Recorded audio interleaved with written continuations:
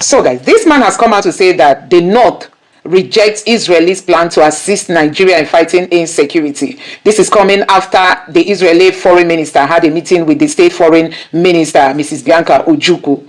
This man said, how come Bianca Ojukwu is the one having that kind of high-level meeting with the Israeli foreign minister? That if the Israeli foreign minister is looking for who to talk to, they should go and meet Ribadu, or they should go and meet Christopher Musa. That Mrs. Ojukwu, Bianca Ojukwu, does not have any right to have any meeting on security with another foreign minister. So guys, how come people reason like this? This is a foreign minister talking to another foreign minister, although she's a state foreign minister. So I don't know how come this man is saying that it's a taboo for the Israeli foreign minister to have met with the Nigerian state foreign minister in discussing issues that has to do with insecurity. He has also said Israel is not welcome in the North, that if they want to, he's even calling out Trump, that if Trump is looking for where to strike, he should go to Anambra. So guys, this is coming after yesterday when I showed you guys a headline where Shetima is saying that the North will resist any plan to divide Nigeria, that northern leaders will not allow Nigeria to be divided.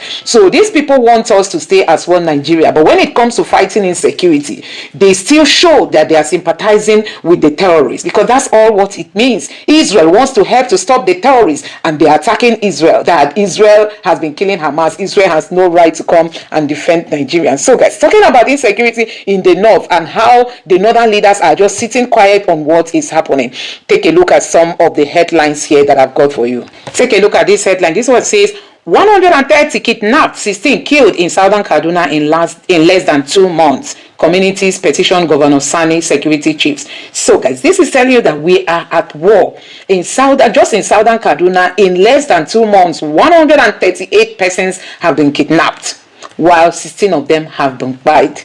This is Nigeria at war, and the northerners are still opening their mouths talking about Israeli coming to help Nigerians and Nigeria as a country in fighting insecurity. Now, this other headline here says gunmen attack National Park Service office in Oyo State, kill 5 people. So guys, killing in Nigeria is a daily occurrence. I mean, it's just a daily occurrence. This one here says Pan Yoruba group blast Tinubu over insecurity, says terrorists kidnapping our kings while you enjoy taxpayers' money abroad. This one is another bombshell on Tinubu. All over the places, kidnapping is now, the most lucrative business for these terrorists. See, this one says Berum Youth demands proscription of headers, Miyetti Allah.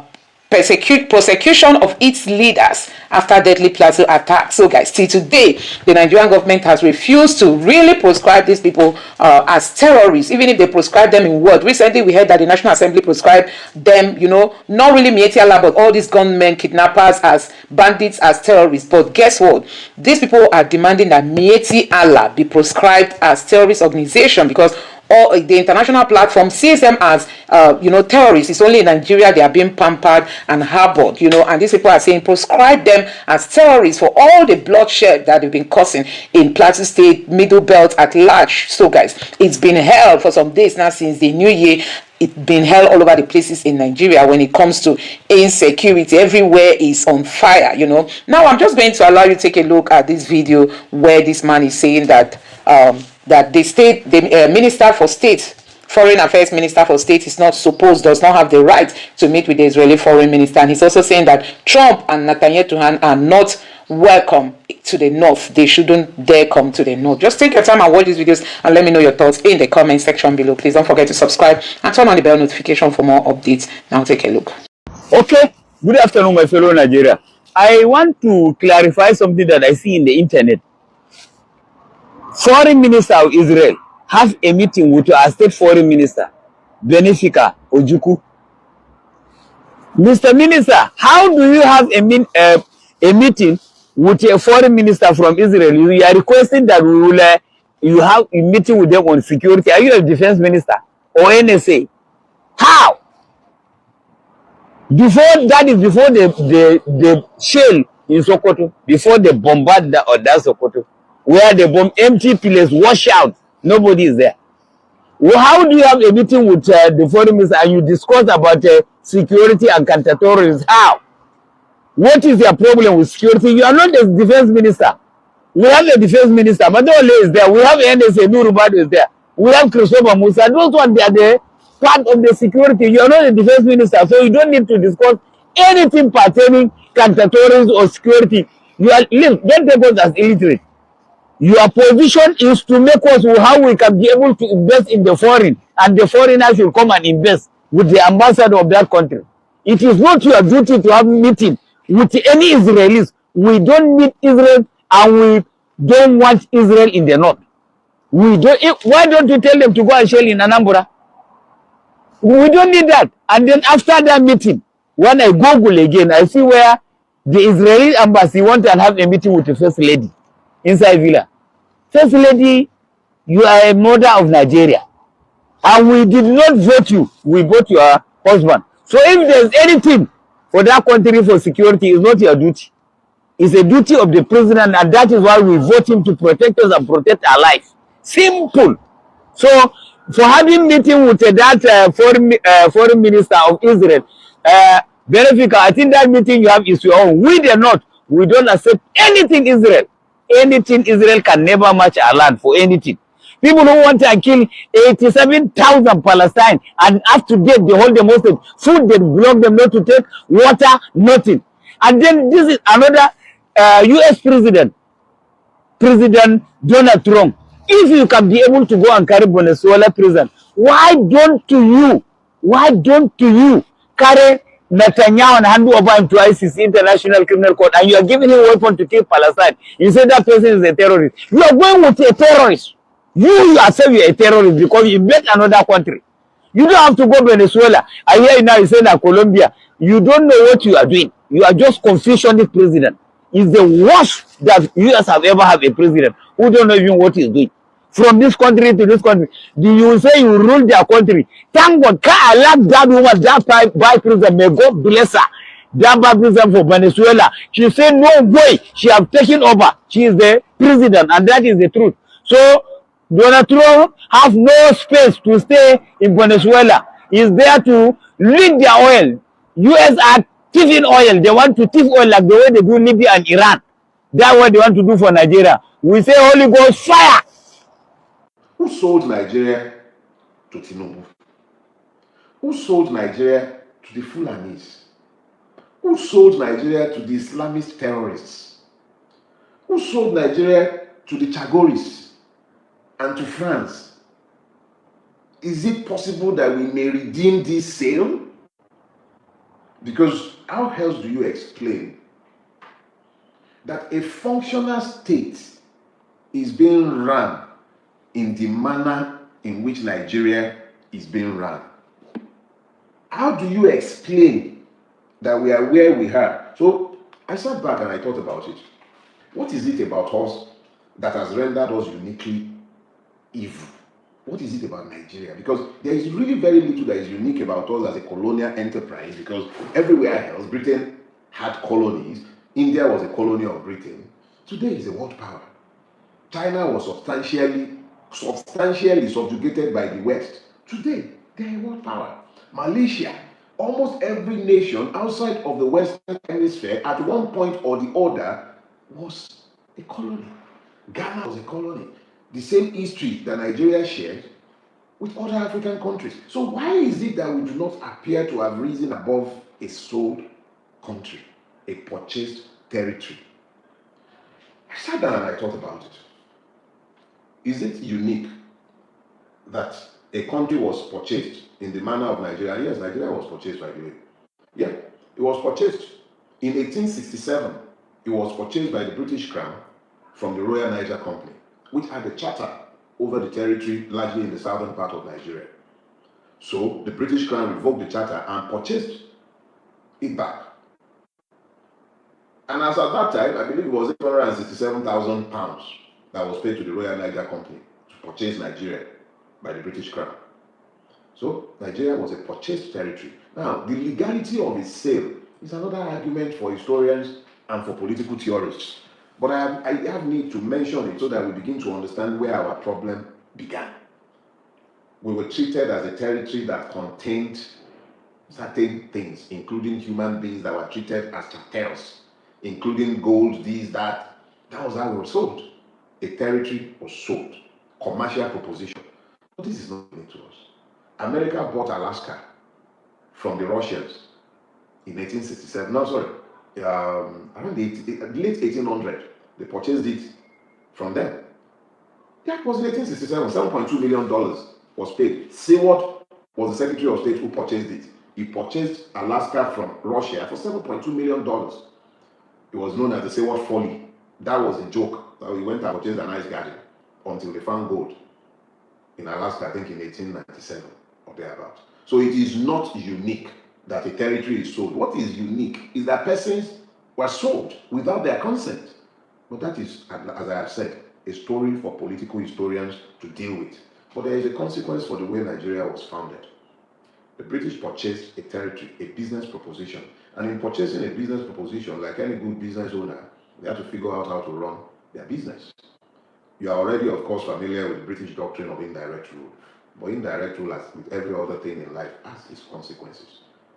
Indirect rule meant that the British decided to work with existing structures, and where the structures did not exist, create structures that mimic the structure by which they prefer to administer the vast territory that they have now given to themselves.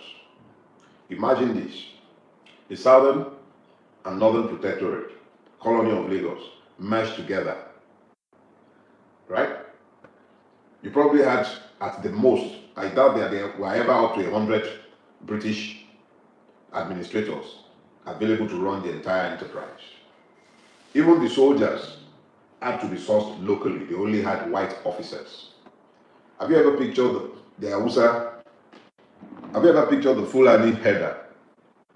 Young boy sometime, probably sometime barely in his teenage years, and you find that this kid is the one that is controlling a vast herd.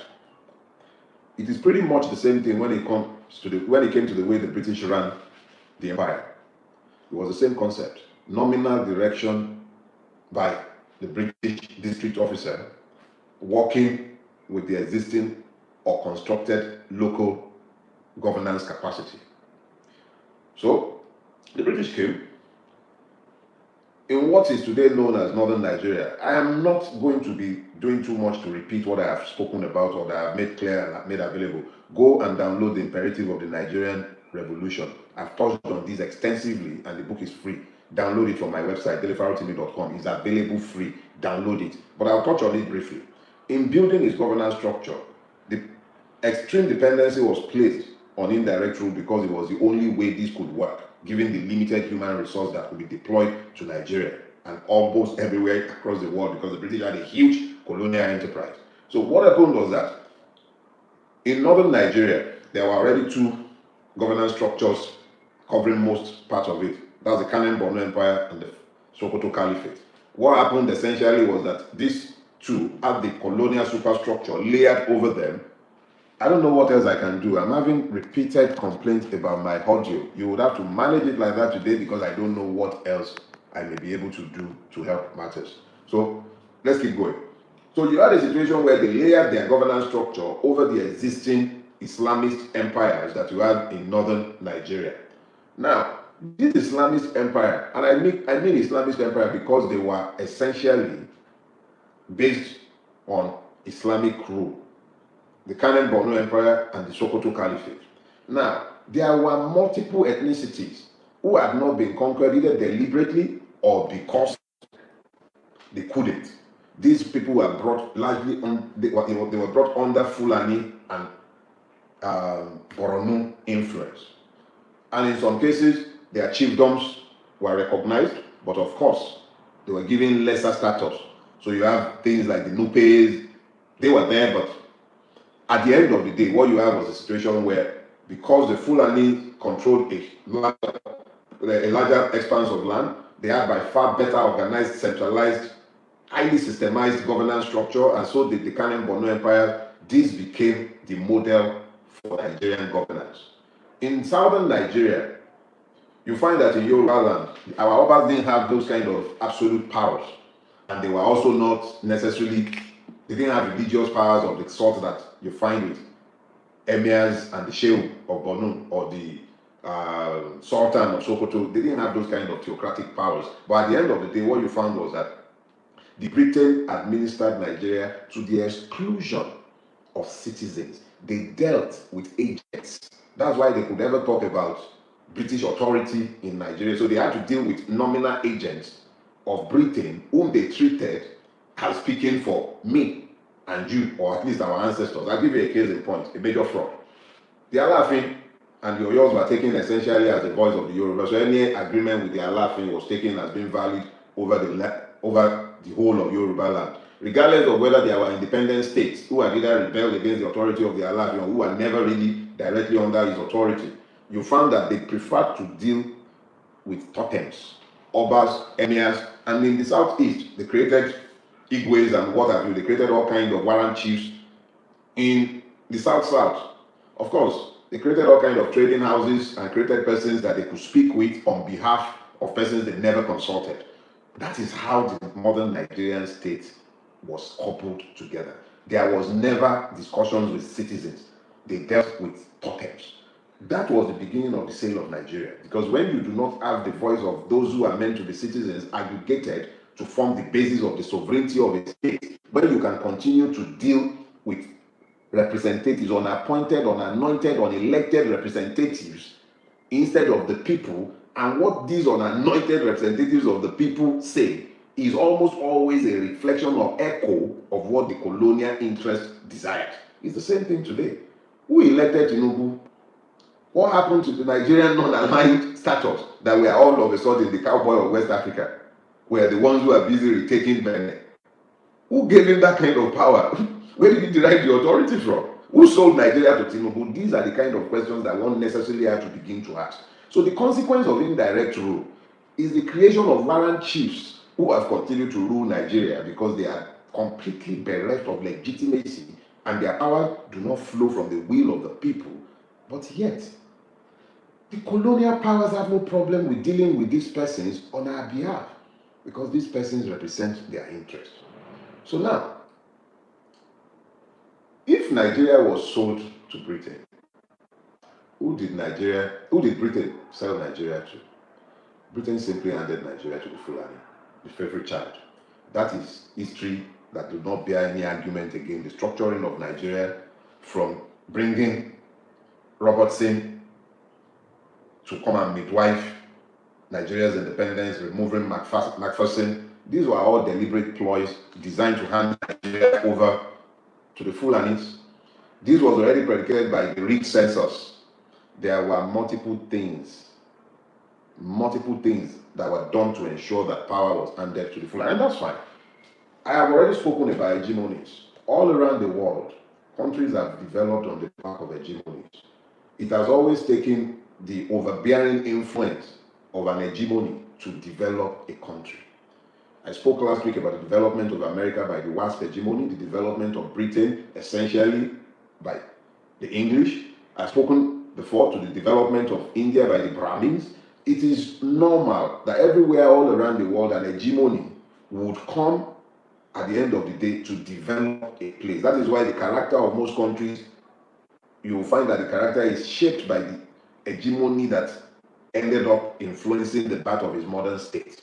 This is normal everywhere in the world. So that the Fulani hegemony was favored by the British for his own selfish interest, that's completely fine. It's a matter of history. It does not bear argument any longer. But the question is this: what have the Fulani done with his power?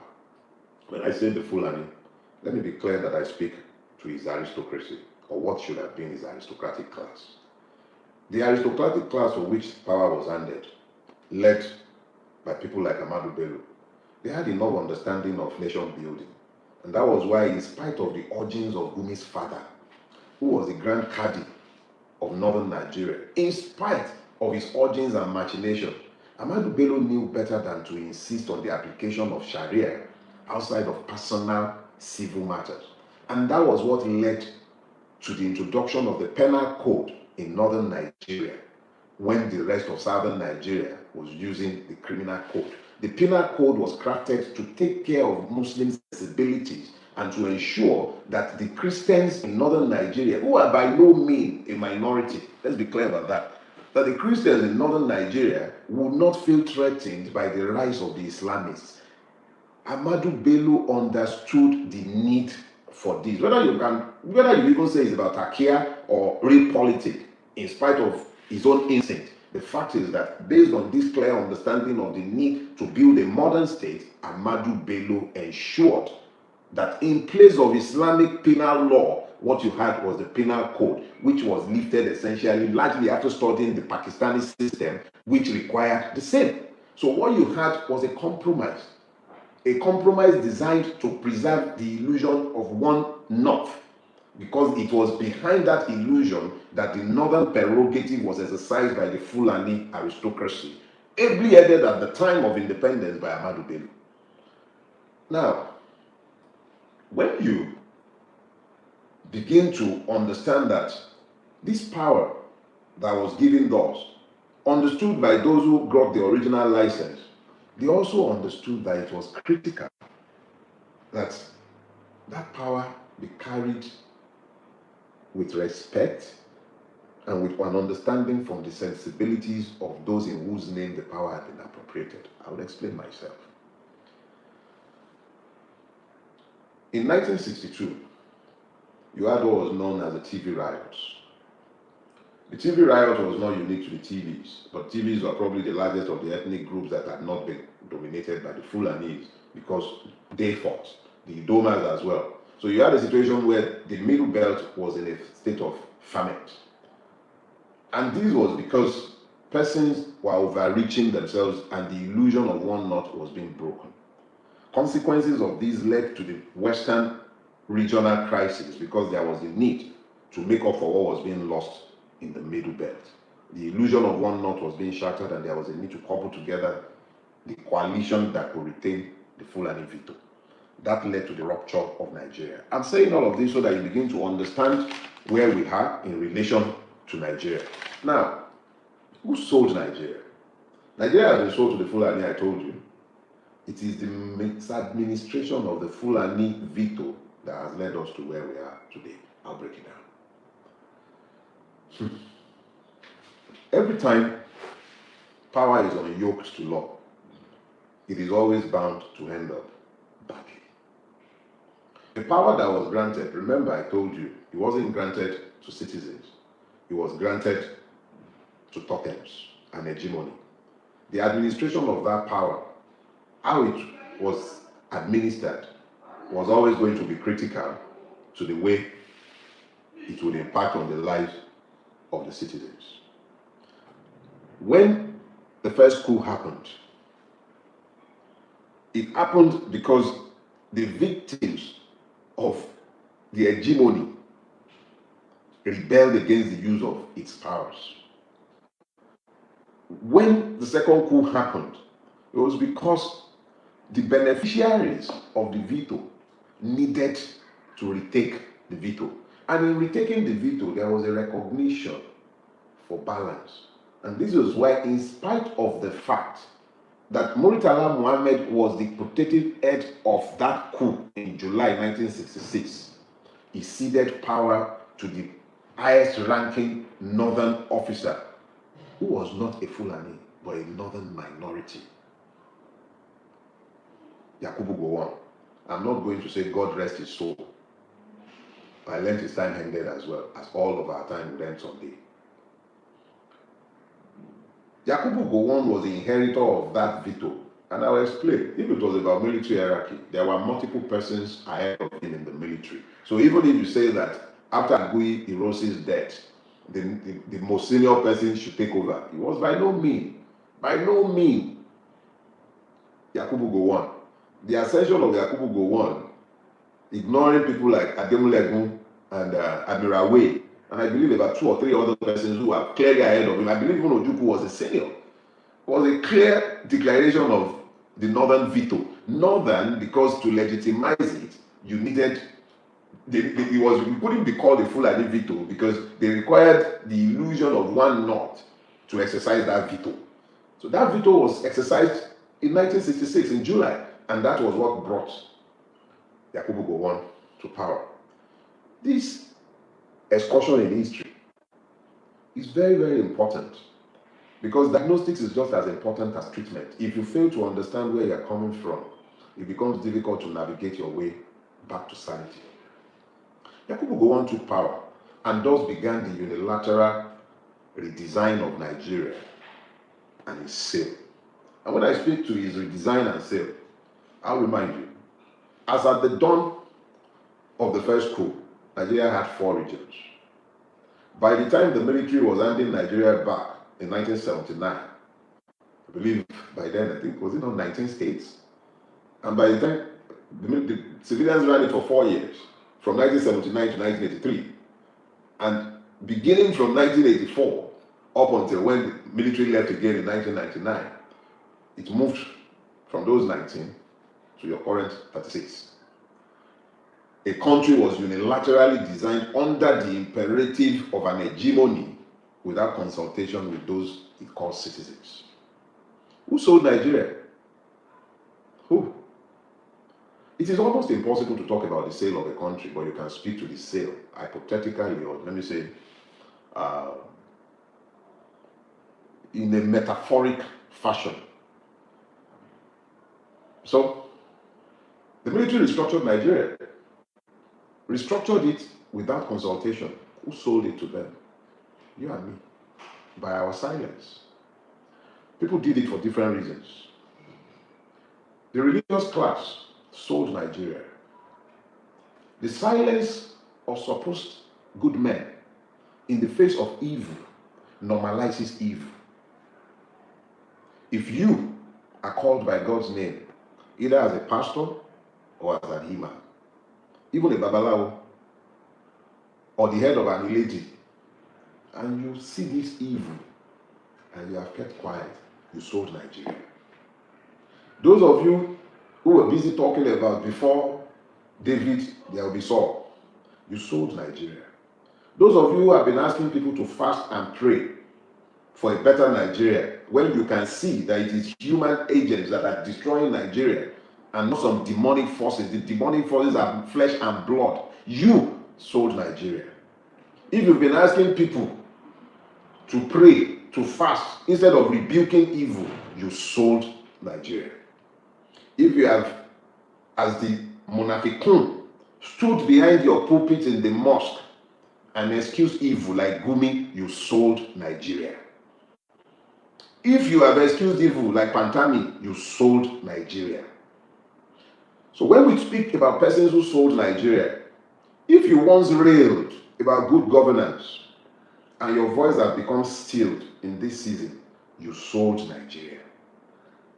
If you are a student in the university, because let me tell you, in 1960s, the early 1960s, up until 1962, Nigerian students, particularly of what became the University of Ibadan, University College back in those days, they were the ones who ensured that the British Nigerian Defence Pact could not be executed, could not find realization. They understood the threat it constituted to Nigeria's sovereignty. They understood the importance of a country's sovereignty.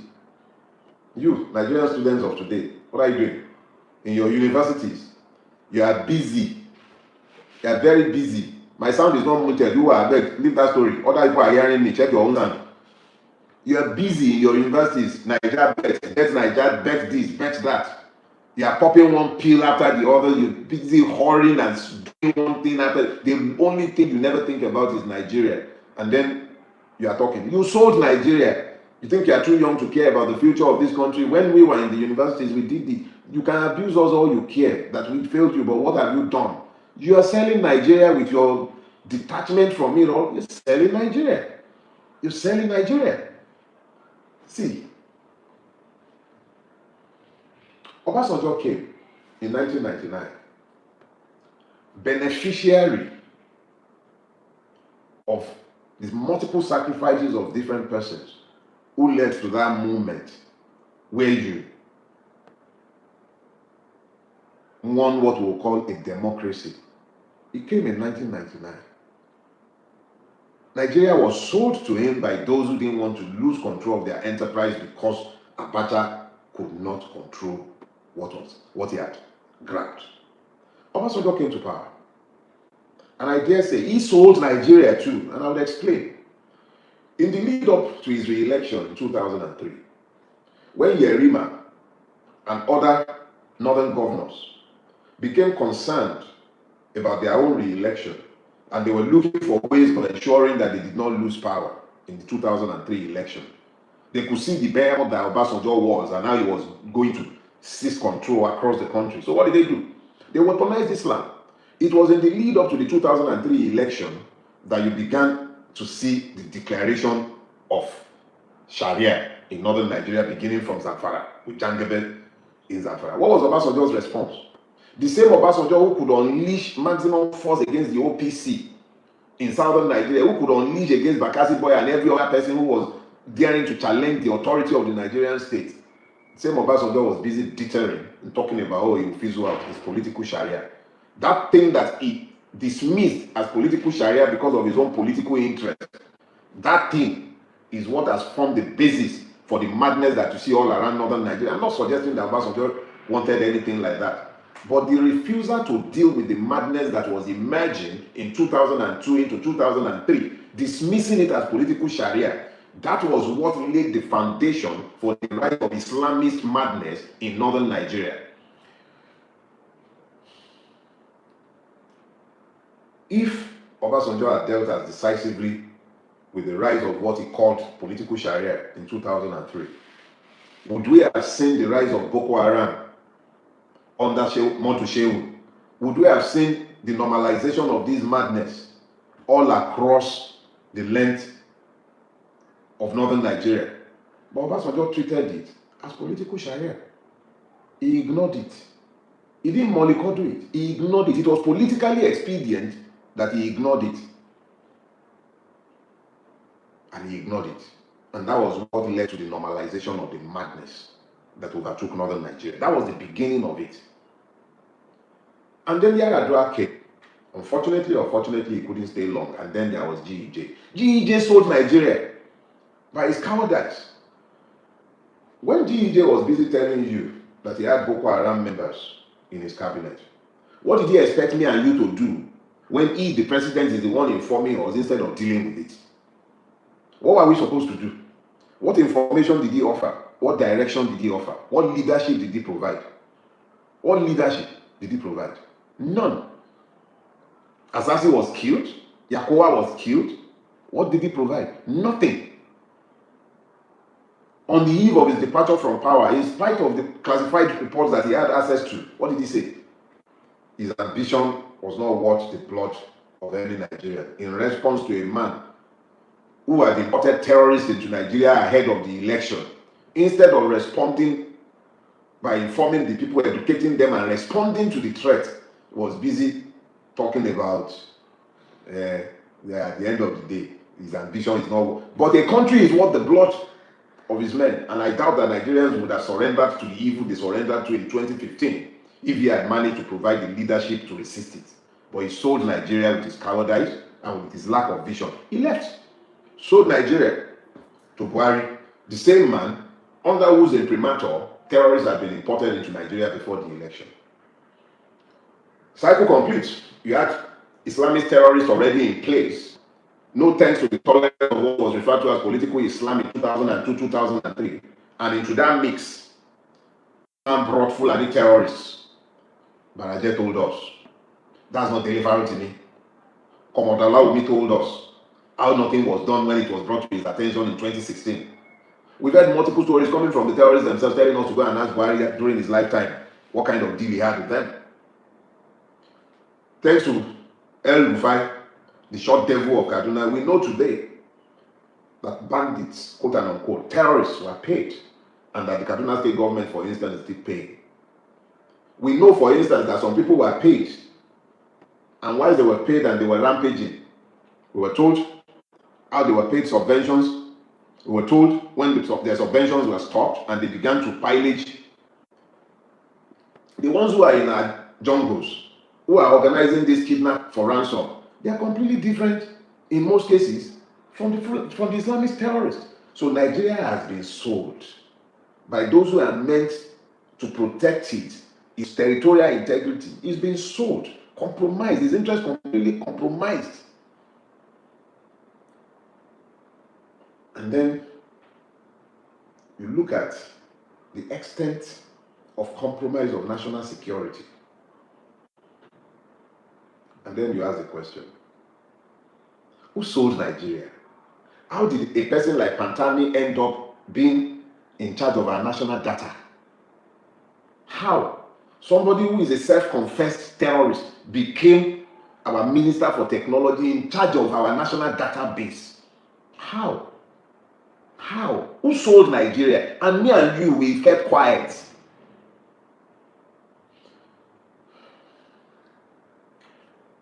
And then when Buhari was done, he sold Nigeria as well. He sold it to Tinubu. This is very simple. Look all around you.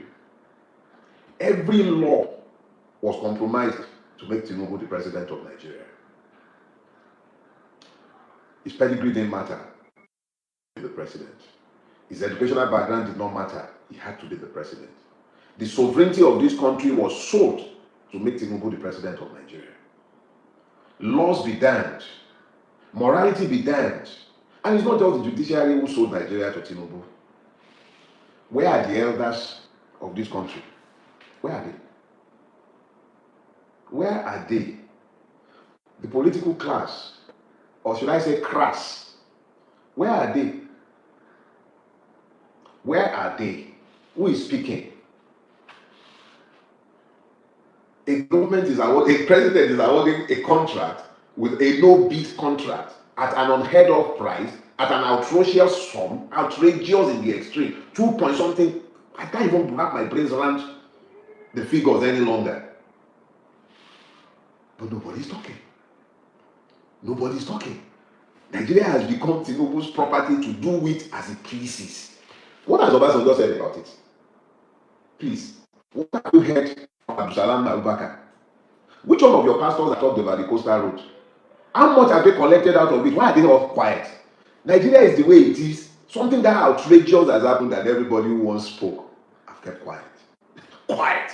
It's not even about us imagining things. It is about us being told. We're told routinely. In a country that has over 20 million children out of school. In a country where people cannot go to their farm. In a country that cannot even secure its own border, where somebody was Achi. I think that, yeah, Venerable Achi was kidnapped with his wife and daughter. Ransom was paid, but they killed this man in front of his wife and daughter, who must have been serially raped by now by these monsters. That country had hundreds of children in terrorist custody. The same terrorists who were phoned to release children, the same terrorists Bayo Ononuga told us, they have their numbers, they can talk to them, who couldn't be spoken to. How absurd do you get? Hundreds of children in their custody, but this country has enough firepower to go and stop a coup. No problem.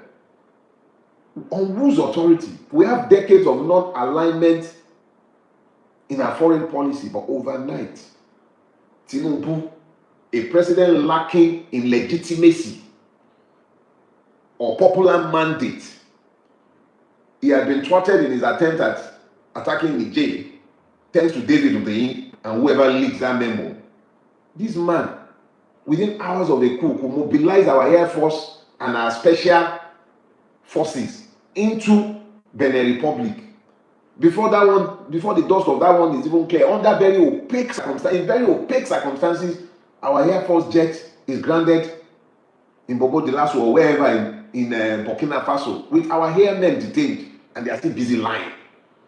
Who sold Nigeria to Tinubu? That none of you can even talk. Nobody is asking questions. And before the dust is even settled, they are talking about our fathers fought against the sale of Nigerian sovereignty to Britain, who was our colonial master, the original owner of Nigeria, who actually paid the price, purchased it. Our fathers fought and ensured that these people could not, under any stretch of the imagination, bring that defense pact to fruition. But this generation is sitting down.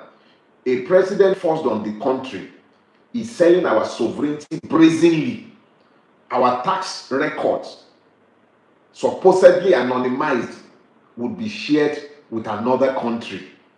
Does this make any sense? Who sold this country? Who sold it? Who sold this country? How much was it sold for? Can we redeem it? Is it possible to redeem it?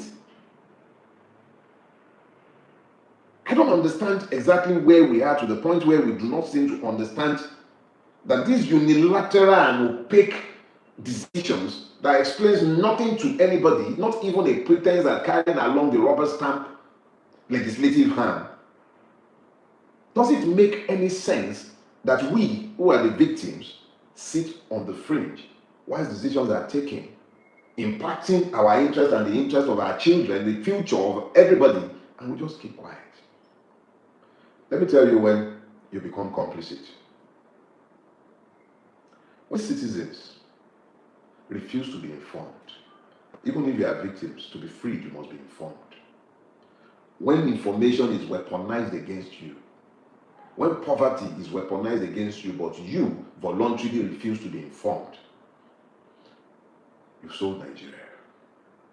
When you refuse to participate in the political process, flawed as it is, you failed Nigeria. You sold it.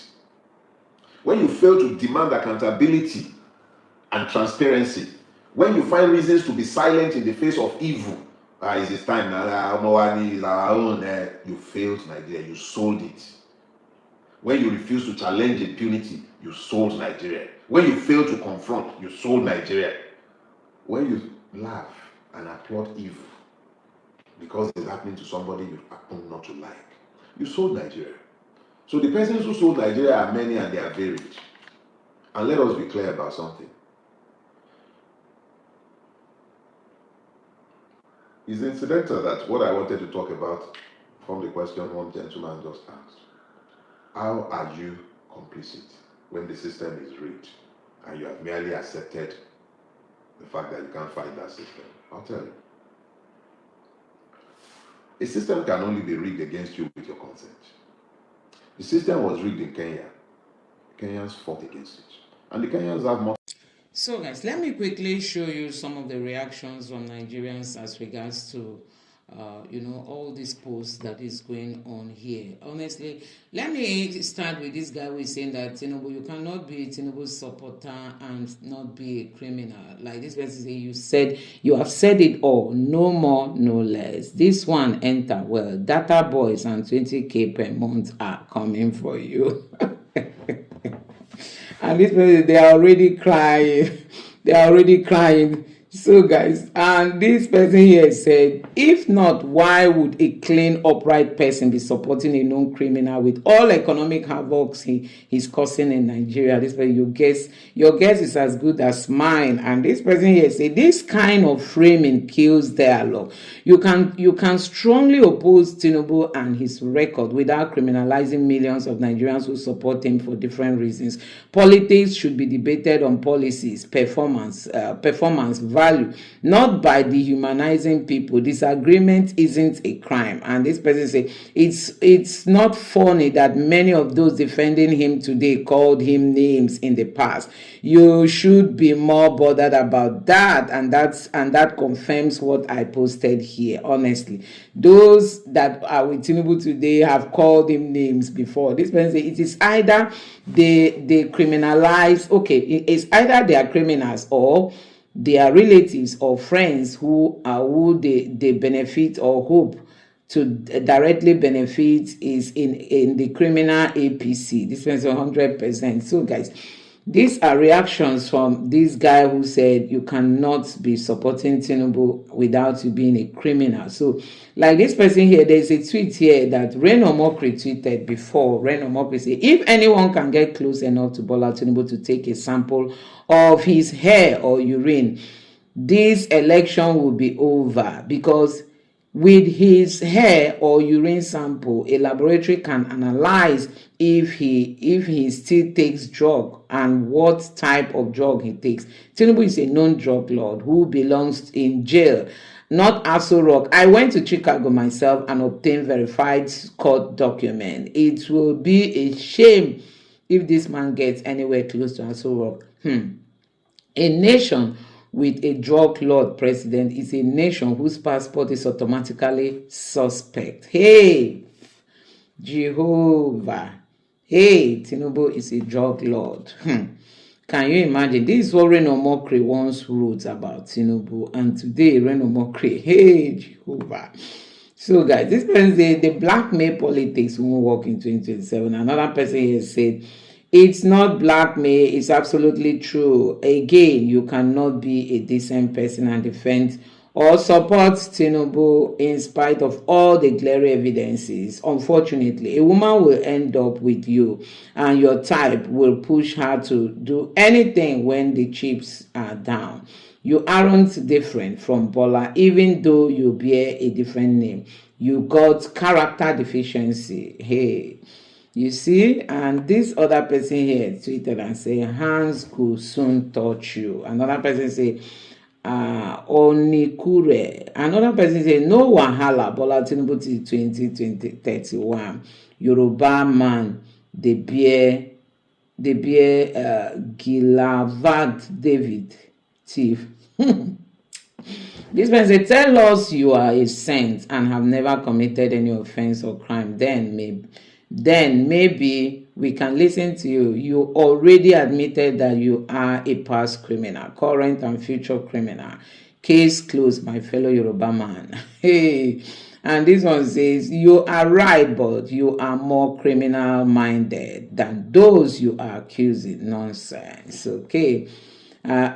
Hey, so guys, this person here say, it too clear, no be lie. Another person said, I am decent person and I support his economic and infrastructural plans. From where? Okay. This person here said,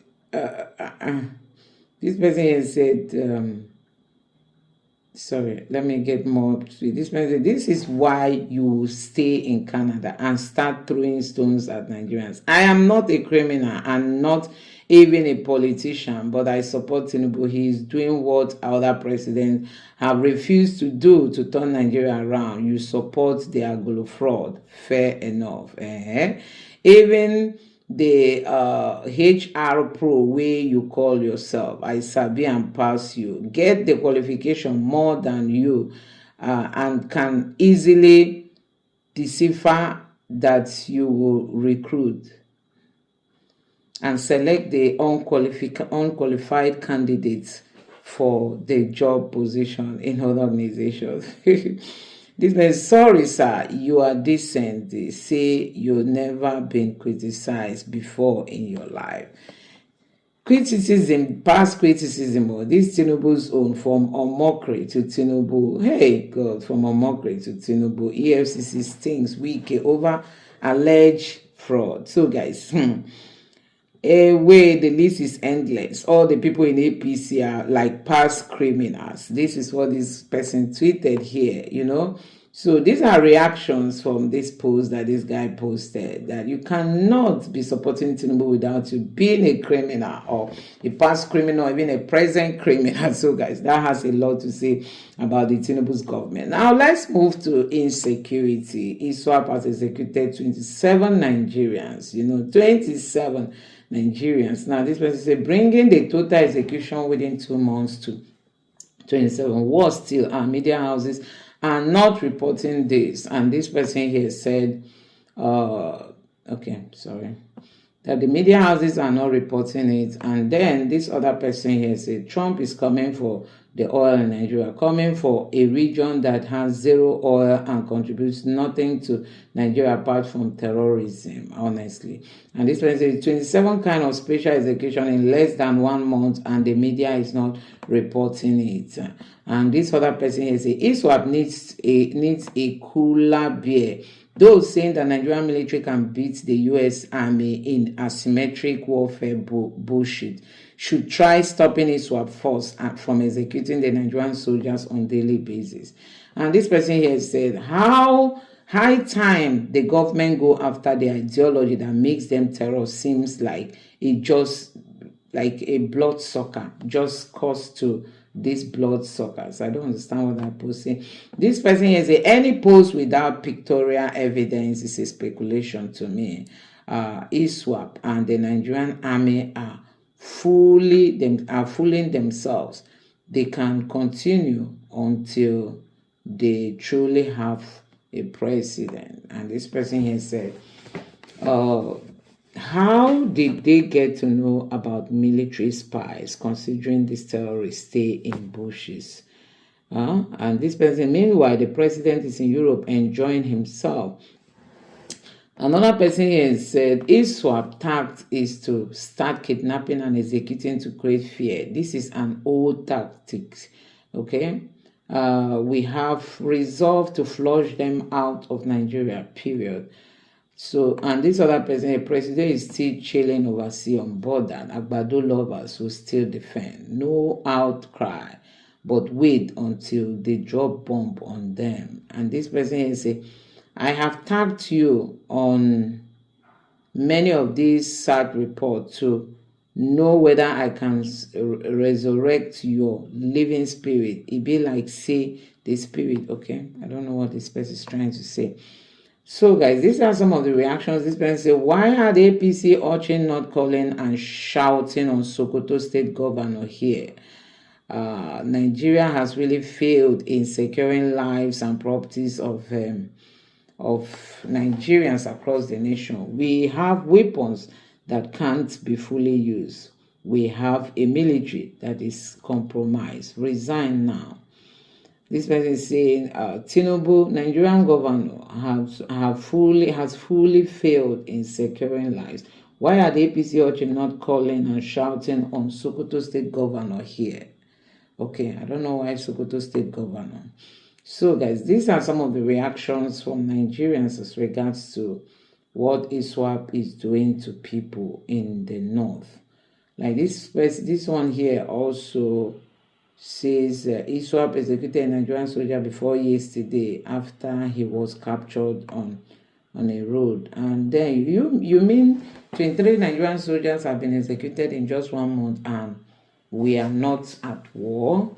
And this person is 23 soldiers, militiamen and informants, all of them execution. So this is outside the casualties from the IEDs ambushes and the frontal attacks. This is different, This is not among Nigerian. Recently the Nigerian military came under attack. Don't worry, Musa Ebetekun, the new army head, will tell you that only negotiation and rehabilitation for the Fulani terrorists. While the Fulani terrorists continue to rehabilitate Nigerian military Christians. Okay, while the Fulani terrorists continue to rehabilitate Nigerian army Christians, Yoruba Muslims, minority into the grave in the thousand. Okay, this man is trying to say that they send only. Don't worry, Musa Egbetokun. The new army head will tell you that only negotiation and rehabilitation will work for the Fulani terrorists, while the Fulani terrorists continue to rehabilitate Nigerian army Christian, Yoruba Muslim minority into the grave in their thousands. So ISWAP is gaining ground. That's what this person is saying. And then this other person here, this is really concerning. ISWAP is a very dangerous terrorist group that is causing a lot of damage in Nigeria. We must continue to fight them with all our might. And this other person here said, they execute our soldier like chicken. Nigerian army never crack down on people sponsoring terrorism. Why Nigerian army never crack down people sponsoring insecurity? So guys, these are some of the questions we are seeking for answers to. Now, this other person here said, they are getting desperate, sad that the northern Nigerian elites encourage these guys. It is a total shitstorm. This person said, to those defending these bloodthirsty monsters executing captured heroes, you are no better than ISWAP, cowards hiding behind keyboards. May God curse you and your enablers. So guys, let me know your thoughts on this in the comment section below. Thank you.